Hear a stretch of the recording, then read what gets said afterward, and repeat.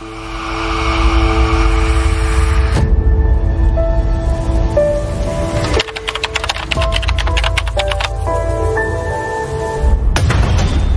chers compatriotes,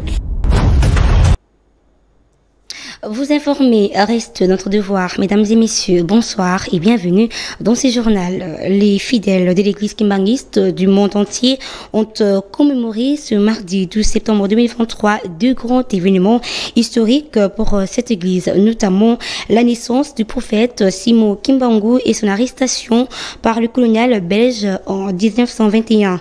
L'occasion pour le fidèle de célébrer le 136e anniversaire de l'envoyé spécial de Jésus sur terre, Simon Kimbangu. C'était au centre d'accueil de l'église kimbanguiste de la commune de Kasavubu. Suivez. 12 septembre, date doublement historique pour le chrétien kimbanguiste. Ceci marque la naissance du prophète Simon Kimbangu en 1887 et en même temps la date de son arrestation par les coloniales belges en 1921.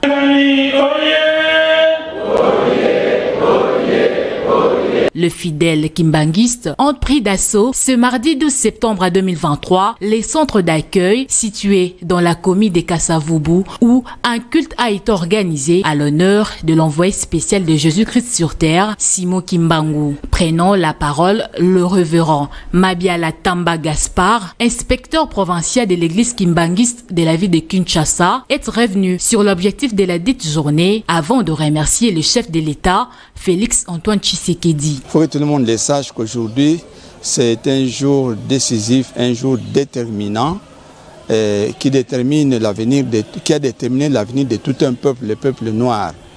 C'est-à-dire quoi?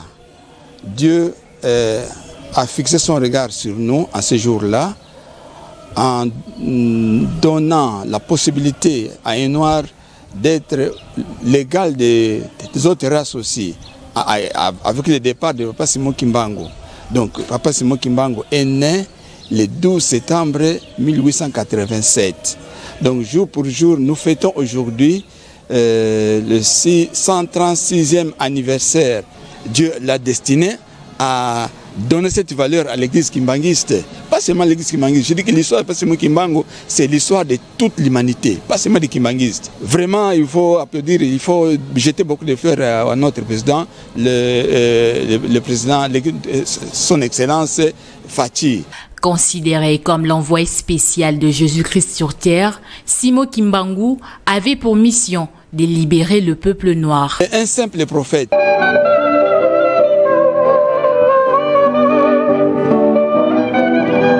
Prophète parce que pour les Blancs, il a dit des choses qui se réalisent. Ils ont trouvé qu'il a aussi guéri, il a opéré des miracles. Mais au-delà, cette dimension divine qu'il a, c'est différent d'un simple prophète. Pour nous, en tout cas, il est de le Saint-Esprit. Il faut signaler que ce même mardi, le chef spirituel de l'église kimbanguiste a procédé à la pose de la première pierre pour la construction d'un mausolée en mémoire des combattants ayant lutté aux côtés de Simon Kimbangu. Une trentaine de présumés criminels ont été présentés au vice-premier ministre chargé de l'Intérieur, Sécurité et Affaires coutumières, Peter Kazadi, qui séjourne depuis le lundi 11 septembre à Lumumbashi, chef-lieu de la province du Haut-Katanga. Regardez.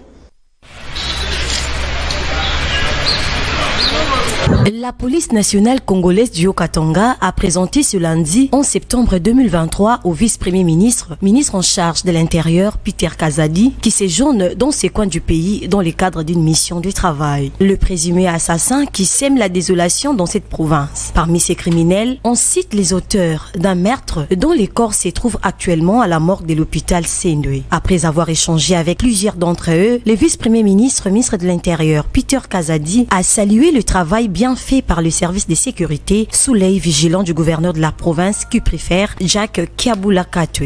Non, soit disant vous avez négocié prix.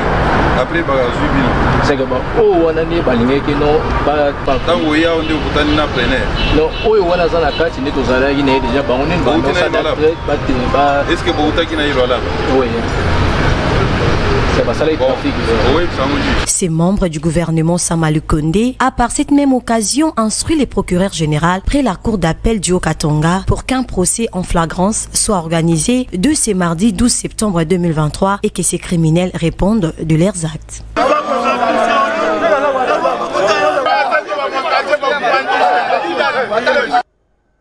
Eh bien, les propriétaires de véhicules sans plaque d'immatriculation et peuvent abandonnés sur les rues de Kinshasa seront bientôt évacués par la police congolaise sous l'instruction du commissaire provincial de la police congolaise Blaise Kilimbalimba. Interrogé, les Kinois saluent l'initiative et soulèvent le problème de parking. Reportage Israël Ifoua.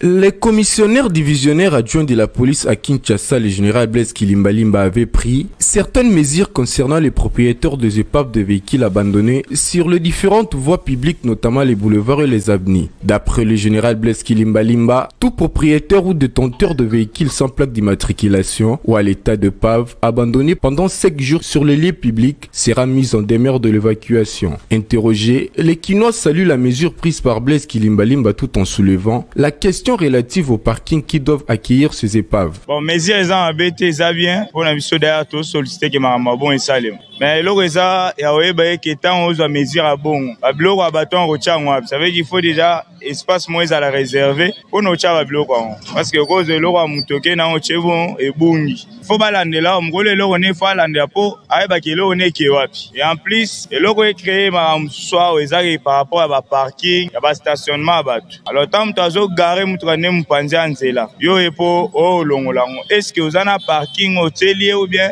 et si vous la qui c'est que télémisa à sali ko ça il a on de ka mutu kana et ça on bien et ça on m'a bêté donc on pas pas décision o yé à Ziwana mais tous on a problème il y a donc il y a pas parking na donc na ba terrain où ça est réservé on a bepave surtout tali na neti donc na ini échanger wana espace ça souté donc na kati etoni libana pe etondi donc ça ba longo ba cha ba babiloka batu wapi eta olongo le kwa mutu. Signalons qu'un avis sera apposé sur le véhicule, lequel précédera la mise en demeure de l'évacuation. Tout à fait autre chose. Dans ce journal, Maître Dorothée Madia a assisté les étudiants de l'université de Kinshasa victimes de l'incendie au village Maluku de cet établissement universitaire le week-end dernier. Image et commentaire. C'est une véritable catastrophe pour les étudiants de l'université de Kinshasa, victimes d'un incendie dans la nuit du 9 au 10 septembre dernier au village Maluku. Très touché et ancienne de l'UDEKIN, Maître Dorothée Madia, accompagné du recteur Jean-Marie Kayembe, était descendu sur les lieux pour s'imprégner de leur situation actuelle et ainsi présenter ses compassions à ses étudiants. J'ai prévu une enveloppe pour soutenir toutes ces personnes qui sont directement touchées par ce qui est arrivé et puis on verra comment trouver une solution. Les recteurs de l'université de Kinshasa a dénoncé cet acte criminel et une plainte contre inconnu sera déposée. Ne vous sentez certainement pas abandonné. Vous avez vu que le côté politique vient déjà socialement et l'université prendra également ses responsabilités. Notons que c'est dans un climat de réconfort que les étudiants ont présenté leur gratitude à l'égard de Maître Dorothée Madia. Et au cours d'une visite d'inspection effectuée du 9 au 10 septembre dans le territoire de Songololo dans la province du Congo central, le stratège en investissement Patrick Onuya a bénéficié de 100 000 hectares de terres entre les mains des autorités du village Bouila. C'est dans le cadre du projet 1 hectare pour un étudiant. Regardez. Accueilli par le chef coutumier du village Bouila, Prosper Ndembo Akanda, la délégation du club des entrepreneurs de la faculté des sciences économiques de l'UNIKIN, conduite par le professeur Patrick Onuya en mission à Songololo, avait pour objectif principal la signature d'un partenariat avec le chef coutumier de ces territoires et aussi inspecter les 100 000 hectares de terre qui seront exploités par ces étudiants dans le cadre du projet 1 hectare pour un étudiant. Nous avons été reçus ici dans le territoire de Songololo par le chef coutumier, le chef de clan, le chef de village, tout le monde unanime pour recevoir ce projet qui, dans sa phase pilote, est lancé à travers le club des entrepreneurs de la faculté des sciences économiques, n'est-ce pas, dirigé par le doyen Barthélémy Kalambay. Ce projet, pour rappel, est né d'une frustration des étudiants. Une frustration des étudiants sur la crise du maïs au Katanga, n'est-ce pas, et au Kasaï.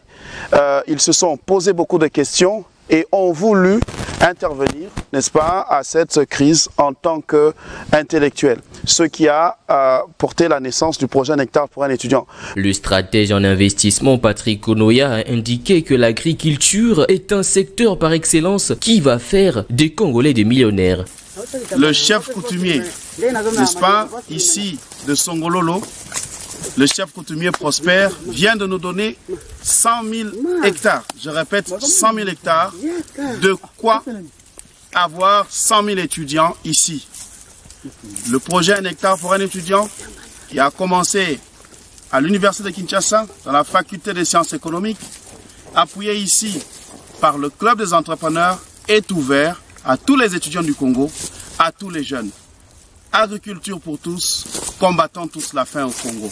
Rappelons que le développement de l'agriculture ne peut se faire sans un développement de la recherche agronomique. Le gouverneur intérimaire du Nord Kivu a pris part à une réunion du comité provincial de sécurité lundi dernier. À l'issue de la situation sécuritaire à Goma, il appelle la population en observance des villes mortes, en sens que ces dernières se transforment toujours au dérapage. Suivez. Des barrages à l'Oasis intercommunautaire du Nord Kivu, à l'issue de la réunion du comité provincial de sécurité, élargi au président et délégué des communautés du Nord Kivu de ce 11 septembre 2023. Sur invitation de son Excellence, Monsieur le gouverneur intérimaire de la province du Nord Kivu, les présidents et représentants des communautés du Nord Kivu ont pris part à la réunion du comité provincial de sécurité de ce 11 septembre 2023. À l'issue de celle-ci, et après analyse de la situation sécuritaire qui prévaut en province du Nord Kivu en général et dans la ville de Goma en particulier, il ressort qu'il n'est plus le moment d'appeler la population à l'observance des villes mortes, en ce sens que ces dernières se transforment toujours à des dérapages conduisant à des pertes en vies humaines et des biens matériels des populations déjà meurtries. En effet, nous appelons la population de Goma au calme, à la vigilance et à ne pas céder à la manipulation des tireurs de ficelles pour que l'ennemi n'en profite pas. Regard tourné vers la société, les Quinois ne savent plus se déplacer aisément suite aux embouteillages qui ne cessent de devenir récurrents. À cet effet, les stagiaires des canaux satellitaires s'y sont rendus sur le terrain. Question de palper du doigt. Suivez. Kinshasa, capitale de la République démocratique du Congo, est butée ces temps-ci par un sérieux problème d'embouteillage. À travers l'embouteillage, tout le monde a là. Il y a Mikolo et l'équipe ENA. Parce que tout ça là, parking des athées, place à Batamituka. Pour bâtir Batamituka na bango, ils athées. Yango ba hôtel mais na nzela ba bombe ba na nzela. Ba telemina na balabala ba baby ba tuna balabala na kati ya balabala na Prince. Donc embouteillage wana eza yango munene koleka nao ezalaki na ibandeli. Les constats est amer sur le croisement des Huileries situé dans la commune de Lingwala. Ici, le chauffeur pense que c'est depuis la rentrée scolaire que cette situation a pris une autre ampleur. Bana bazongi classe. Quand on a embouteillage débordé, ce que mon embouteillage zana balabala, bana bazongi déjà classe, faut embouteillage zala. So et là on a nazo senga de PCR na ba policier au batie na balabala. Il fallait baye baké bazo bloquer nzela ndenge nini bazo fongola nzela ndenge nini. À titre de rappel, le chef de l'État Félix Tshisekedi Tshilombo a dans son programme quinquennal mis en place un programme de réhabilitation des routes longtemps demeurées impraticables. C'est là dans l'objectif de rendre fluide la circulation des véhicules et de personnes. Quittons la RDC pour la Libye où au moins 2000 personnes ont trouvé la mort et plusieurs disparus à cause des inondations provoquées par les tempêtes Daniel dans l'est de la Libye dont des énormes dégâts ont été enregistrés. Sur ces, les autorités libyennes font appel à l'unité nationale et sollicitent l'aide nationale ainsi qu'internationale. Le précision avec Saturna Djembe.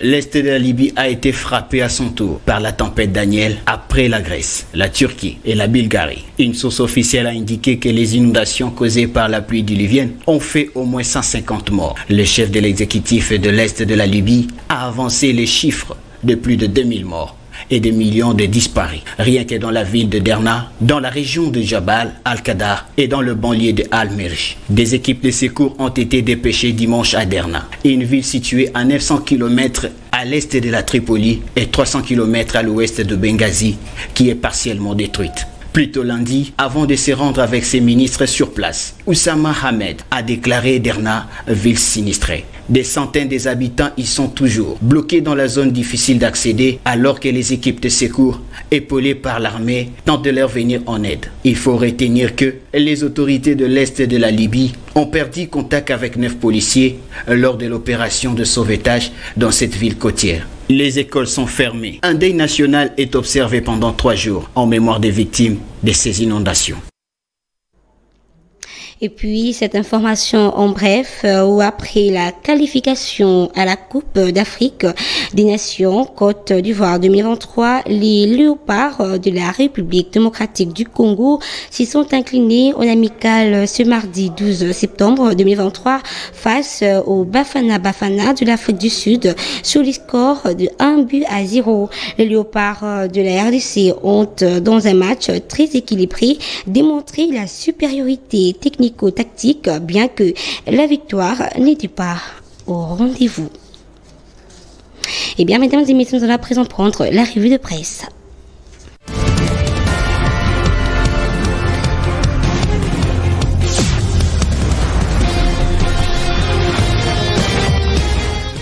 Bonsoir et bienvenue dans cette revue de presse. Procès Mwanga Chouchou. On ne peut pas condamner quelqu'un sur base d'un rapport non signé de l'ANER. Titre Actualité.cd. Ces médias en ligne expliquent que l'arrêt définitif de la haute cour militaire dans l'affaire mettant en cause le député national Edouard Mwanga Chouchou est attendu le 22 septembre prochain. Dans leur plaidoirie, les avocats du député national ont contesté la qualité des preuves apportées par les ministères publics pour soutenir son accusation. Le rapport de l'Agence nationale des renseignements ANER, cité par le ministère public, avait révélé un rapprochement de Mwanga Chouchou avec le Rwanda et que ces derniers seraient même membres de la diaspora rwandaise en République démocratique du Congo. Actualité.cd poursuit la défense recommande à la haute cour militaire de ne pas prendre en compte les éléments soutenus dans un rapport non signé et dont le rédacteur n'a jamais comparu pour s'expliquer.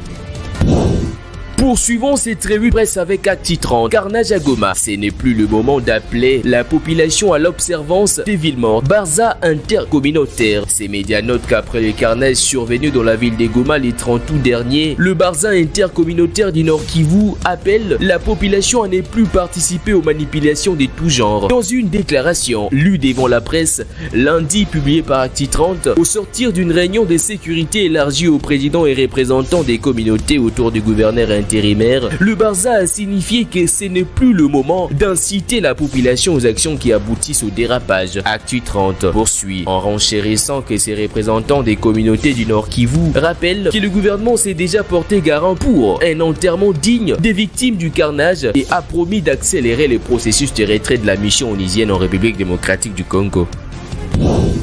Bouclons cette revue de presse avec Politico.cd qui poste en sa machette. RDC, nous intensifions nos actions sur le terrain pour protéger le civil, a dit le porte-parole de la MONUSCO. Alors qu'au niveau national, les voix s'élèvent pour dénoncer son inefficacité et exiger son retrait immédiat, la mission des Nations Unies pour la stabilisation en République démocratique du Congo demeure sereine et continue de suivre attentivement la situation sécuritaire en République démocratique du Congo. Dans une communication rendue publique par la MONUSCO dans la soirée du lundi 11 septembre, le lieutenant-colonel Mutunga, porte-parole intérimaire de la force onusienne, a révélé que leurs troupes continuent de travailler en étroite collaboration avec les forces armées de la République démocratique du Congo pour arriver à bout de l'insécurité en RDC. C'est tout pour cette revue de presse. À toutes et à tous, bonsoir.